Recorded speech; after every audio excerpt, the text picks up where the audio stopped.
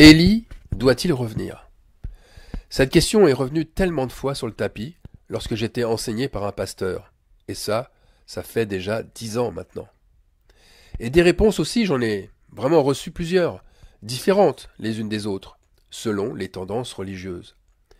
Mais il est indispensable de repartir à zéro et de revenir aux origines. Et les origines, elles répondent à cette question qui a été posée en premier par les scribes et les pharisiens, d'abord à Jean-Baptiste, puis à Jésus de Nazareth. Élie doit-il revenir? Alors, moi je pose une première question. Pourquoi les scribes et les pharisiens étaient-ils si empressés d'avoir une réponse? Pourquoi étaient-ils si pressés de trouver Élie? Eh bien parce qu'ils s'attendaient à voir s'accomplir la prophétie du prophète Malachie. Et cette prophétie, c'est Malachie chapitre 4, verset 5. Voici, je vous enverrai Élie le prophète, avant que le jour de l'Éternel arrive, ce jour grand et redoutable. Fin de citation. Alors pour eux, Élie devait revenir en premier, et Jésus était d'accord avec leur supposition. On lit ça dans Marc 9, 11. Mais ces religieux juifs cherchaient mal. Ils cherchaient d'une part un homme de Dieu manifestant un ministère de prodiges et de miracles, dans le but de s'attacher à lui, et d'autre part, ils cherchaient à mettre à l'épreuve tout homme ayant l'apparence de ce prophète, puisque pour eux, le retour d'Élie devait répondre à leurs critères. Mais quels critères? Le premier critère, c'est que Élie est un homme puissant de Dieu qui a fait descendre le feu du ciel pour consumer 50 hommes. Ça, c'est 2 Rois, chapitre 1, verset 12. Donc pour eux, le temps était venu de connaître cet homme prodigieux, ce libérateur, parce que le mal était en face d'eux. Satan, c'étaient les colonisateurs romains, et plus précisément leur cruel chef Hérode. Hérode, c'est celui qui a ordonné la mort de tous les nouveau-nés à la naissance de Jésus. Eh bien, ce gouverneur romain régnait sur la terre d'Israël. Hérode était en fait le roi des Juifs. Il incarnait le mal qui avait atteint son paroxysme avec toutes ces années d'humiliation dues à la captivité. L'asservissement des Juifs à leur égard était devenu insupportable. Alors aujourd'hui, rien n'a changé. Rien n'a changé puisque Satan est encore représenté par un homme du même acabit qu'Hérode, et que beaucoup attendent un Élie, un Christ qui les délivrera de ce Satan, c'est-à-dire de cet adversaire, comme son nom l'indique. Et comment? En faisant des prodiges. C'est ce même esprit menteur qui donnera à boire à Jésus-Christ sur la croix en disant « Laissez, voyons si Élie viendra le descendre. » Alors maintenant passons à la deuxième question. En fait, avons-nous la conviction que la mission de ce prophète était plus importante que lui? Parce que les intentions des élites juives étaient déjà maléfiques. À l'évidence, ces élites cherchaient plus la personne que la mission donnée au prophète. La preuve. Jésus dit à ses disciples, Matthieu chapitre 17 verset 12, « Mais je vous dis qu'Élie est déjà venu, et ils ne l'ont point connu, mais ils lui ont fait tout ce qu'ils ont voulu. Ainsi le Fils de l'homme doit souffrir aussi de leur part. » Alors de nos jours c'est pareil.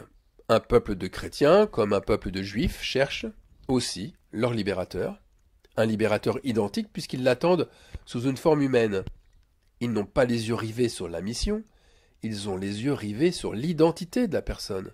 Qui est-elle? C'est la même question qu'ils ont posée à Jean-Baptiste et à Jésus. Qui es-tu? Quoi donc? Es-tu Élie? Évangile de Jean, chapitre 1, verset 21. Et Jésus dit, parce qu'ils ne l'ont pas reconnu, ils lui ont fait tout ce qu'ils ont voulu. Alors le problème, il est clairement dit. Ils ont fait ce qu'ils voulaient d'Élie, et par leurs actes impurs, par leur mépris envers lui, ils ont provoqué de la souffrance et bien sûr sa persécution. Alors que le prophète Malachie insiste, lui, sur la mission. Malachie chapitre 4 verset 6 nous dit qu'Élie ramènera le cœur des pères à leurs enfants, et qu'il ramènera le cœur des enfants à leurs pères, de peur, ça c'est Dieu qui parle, que je ne vienne frapper le pays d'interdit. Sa mission est surprenante à Élie, c'est ramener le cœur. Mais ça se traduit aussi dans d'autres versions, comme la version Martin, Osterwald, par convertir le cœur. Il s'agit bien ici de transformer des cœurs de pierre en cœurs de chair, c'est-à-dire des cœurs remplis de légalisme, de tu ne dois pas, il est interdit de, tu te forceras à obéir, ou encore des cœurs remplis de condamnation. Il s'agit bien de mettre de l'amour là où il y avait au départ la haine, puis de rassembler des enfants et des pères qui se sont affrontés, même parfois violemment, avec un langage différent, puis qui se sont séparés, divisés. Il s'agit bien de réconcilier les familles. Mais aussi, et en premier bien sûr, il s'agit de réconcilier les enfants de Dieu avec leur Père spirituel, parce que c'est quand même là, à la base, qu'a eu lieu cette fracture. Il ne s'agissait pas donc d'être libéré des Romains, de leur roi Hérode, ou d'une autre servitude. La réconciliation, elle est d'ordre de la cellule familiale et de la relation avec Dieu. Et de nos jours, c'est pareil. Il en est de même. Ne cherchez pas un Hérode, un Satan à l'extérieur de vous. Cherchez le royaume de Dieu en premier et sa justice. Alors maintenant, il y a quand même un truc qui cloche avec Élie. Jean-Baptiste, il nie complètement être ce prophète. Dans Jean chapitre 1 verset 21, des sacrificateurs et des Lévites furent envoyés de Jérusalem pour lui demander « Es-tu Élie » Et il dit « Je ne le suis point. »« Es-tu prophète » Et il répondit « Non. » Alors que Jésus affirme l'inverse.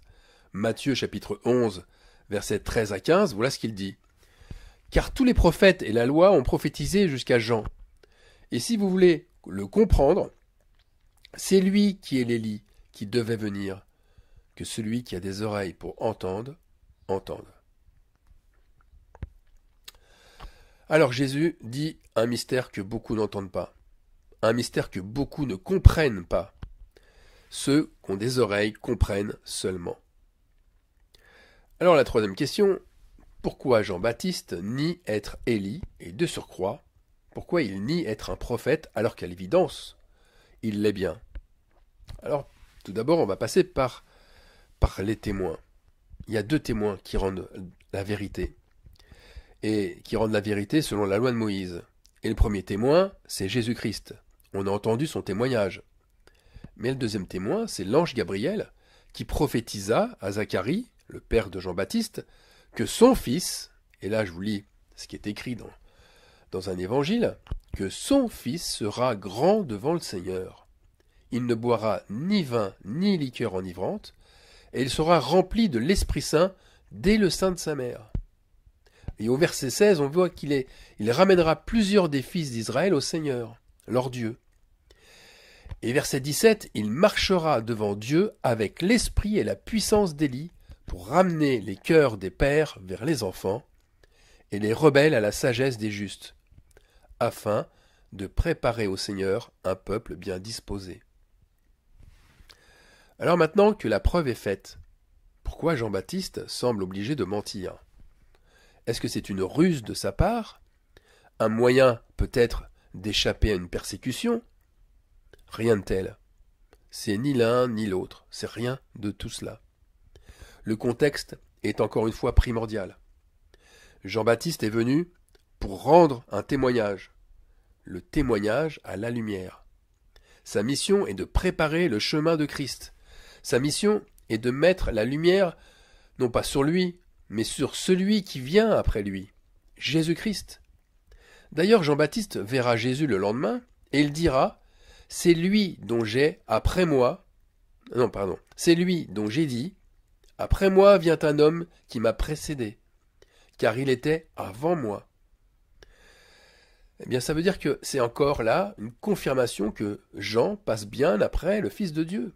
S'il dit qu'il est Élie, alors il met la lumière sur lui. Jean-Baptiste veut mettre la lumière sur l'Élie de Jésus-Christ, en s'effaçant, lui, complètement. Jésus-Christ, quatrième question. Est-il lui aussi Élie?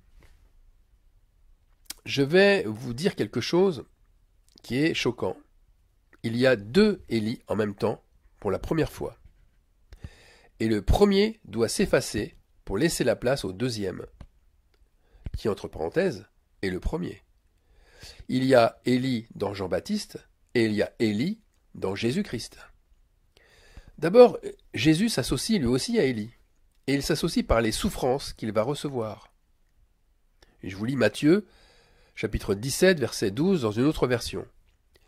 Élie est déjà venu, et c'est le même traitement que va subir de leur part le Fils de l'homme.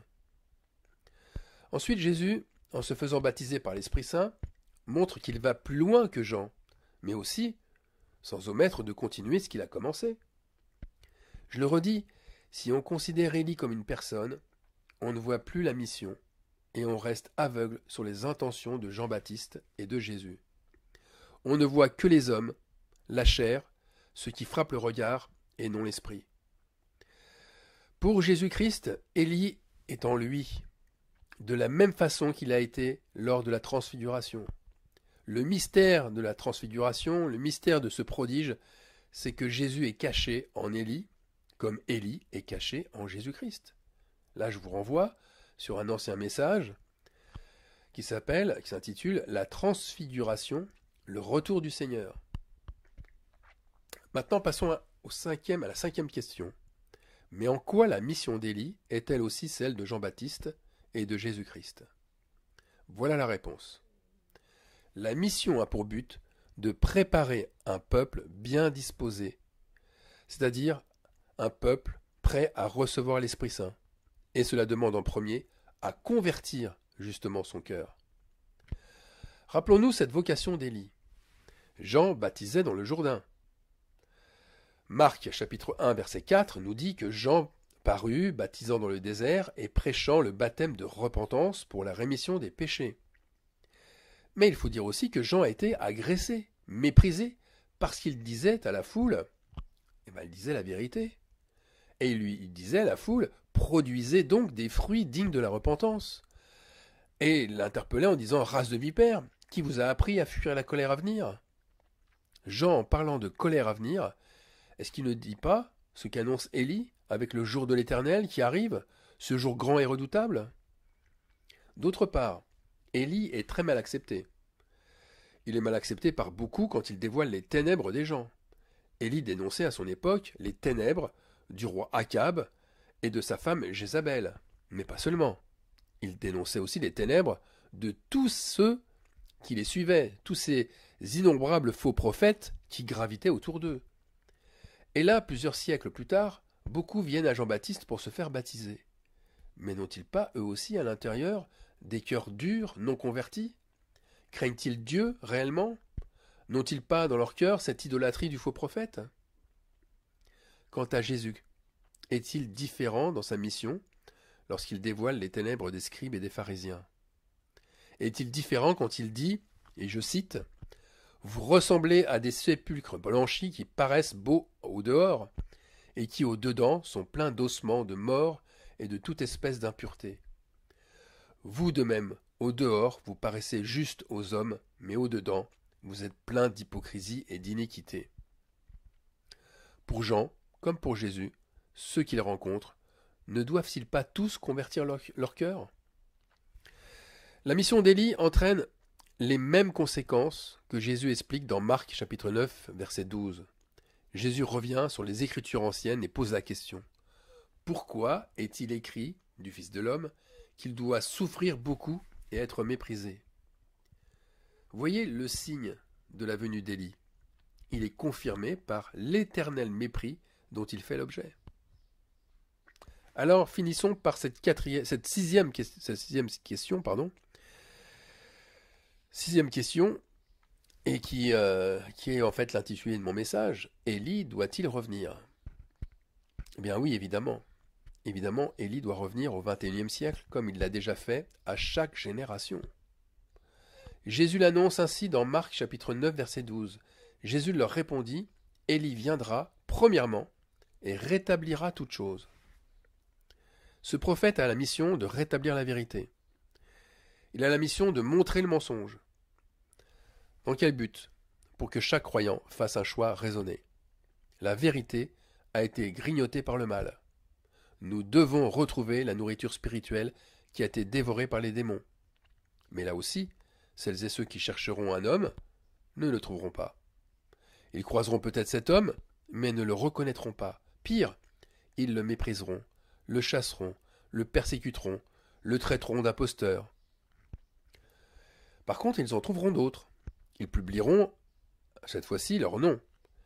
Ils les acclameront et les suivront, croyant suivre Jésus, croyant suivre Christ. Mais ceux qui aspirent à une vraie libération, se regardant eux-mêmes dans le miroir, eh bien, ils recevront Élie. Et, surtout, leur baptême de repentance sera authentique. Pourquoi ? Parce qu'ils se préparent dans leur cœur, parce qu'ils se convertissent pour recevoir ce que Christ leur a promis. Quelle promesse ? Cette promesse, c'est le vrai baptême de l'Esprit Saint. Pour ceux qui croient que Christ agit seul avec son esprit et qu'il n'y a pas besoin d'un Élie pour préparer encore son chemin, eh bien, je suis désolé, mais ils croient encore voir de leurs yeux alors qu'ils sont aveugles. Élie revient toujours premièrement, toujours pour préparer le chemin du Saint-Esprit. Si les cœurs ne sont pas convertis, l'œuvre du Saint-Esprit s'arrête à la porte des croyants. Le Saint-Esprit ne peut alors entrer dans leur maison et venir souper avec la famille qui s'y trouve. Il est ignoré, le Saint-Esprit est ignoré, il est rejeté par les habitants, tout comme il a été bien avant, en se présentant aux églises, dont les membres actifs sont bien des marchands du temple. Alors je ne dirais qu'une seule chose, je dirais que ceux qui ont des oreilles pour entendre, entendent ce que l'Esprit dit à chaque croyant. Convertissez-vous et produisez des fruits dignes de la repentance. Amen.